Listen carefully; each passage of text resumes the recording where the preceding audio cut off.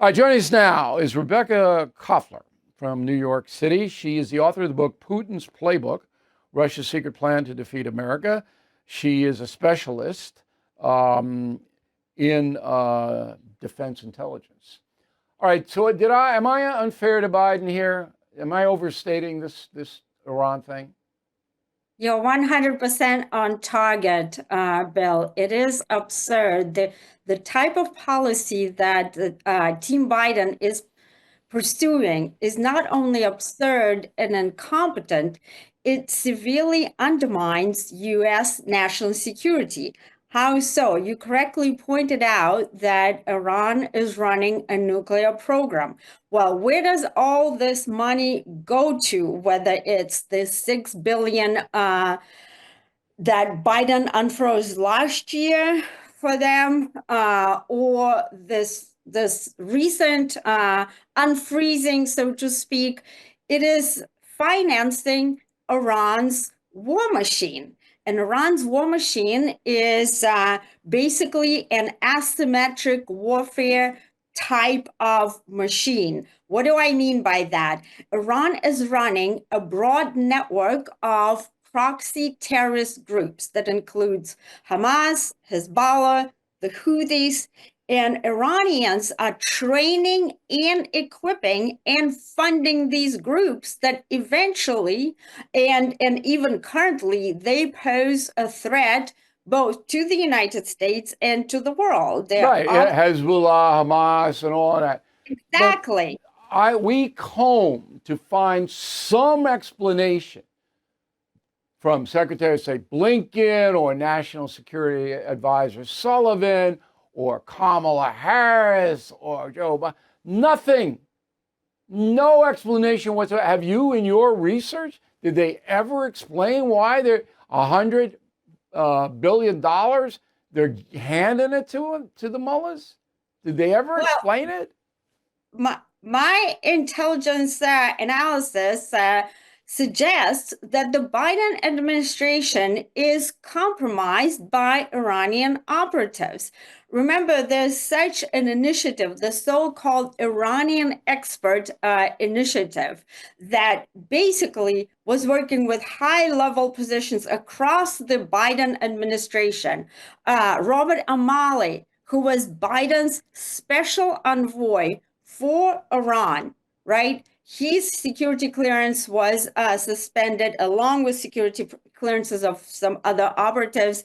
There's an individual still in the Department of Defense, and those I would even call them assets. They're foreign intelligence assets because they are corresponding directly with Iranian foreign ministry officials. So that is my primary hypothesis. My secondary hypothesis is the 10% for the big guy. I just never Yeah, trust but the we don't Biden want to make you got administration. unless you have some backup for that. I don't want to do that. I mean, we're fact based, but there's something shady going on. I will There's grant something you that. shady going on. Right. Okay, let's go to Ukraine. So Biden basically, it took him a while, but under pressure, he sent an enormous amount of U.S. money over there, military aid and humanitarian aid, and got nowhere with Putin at all. Is that an accurate statement? Putin, nothing. You didn't get any kind of dialogue with him, no concessions. And it looks like Trump is going to get some kind of deal. But again, that's not a fact. I've talked to the president myself about it, so I can say with confidence that he believes he'll get a deal. Whether he does or not, I don't know. But Biden got nowhere. Am I right? Correct. Not only Biden hasn't gotten anywhere, it is on Biden's watch that 500,000 of Ukrainians are dead or gravely wounded. 50% of Ukrainians' infrastructure, critical infrastructure, is destroyed right now, which means that this winter they're going to be freezing in darkness. And that is because this war was never winnable for Ukraine. How so?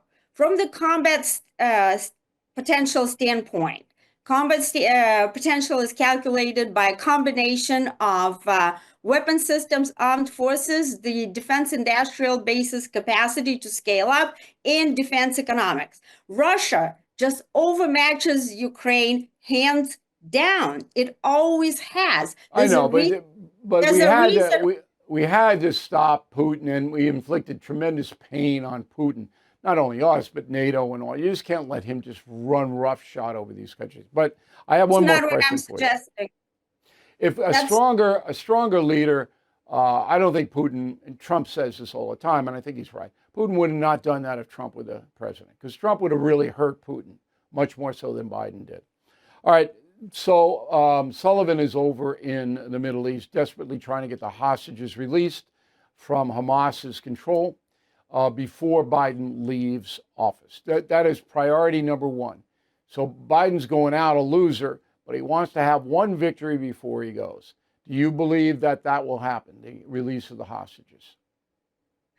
Well, we know that Prime Minister Netanyahu and Israel's defense minister are working very, very hard on making that deal. The problem is that Hamas is like playing games as usual, and Hamas does not want to release nearly the number of hostages that they're holding. Right now, there's still about 100 hostages that they're holding. So it's going to depend. We need to let the Israelis do their job and not micromanage the war, as Biden has been doing, calling for ceasefire, this and that. Well, and that's not going to happen. But I understand from reliable sources that a lot of the hostages are dead. It's not, numbers in close to 100 now. A lot of them have died. But again, it's Iran that could make it happen. So Iran tells Hamas, release those hostages, or we're cutting you off from everything. Hamas would have to do it. They're like gangs. Last word. Well, if you want to put pressure on Hamas, unfreezing billions of dollars is not the right. That's not the way to do it. That's for sure. Leverage. You need to gain leverage over them. It's just, I'm a historian, as you know. I have never seen stuff like this in my lifetime. And, I go back to George Washington as far as our research is concerned. No, never seen anything like this. Rebekah, thanks very much. The book, again, is Putin's Playbook. And if you're interested in foreign affairs, that's a good read. Thank you for watching. Make sure you subscribe to my YouTube channel and follow me on X.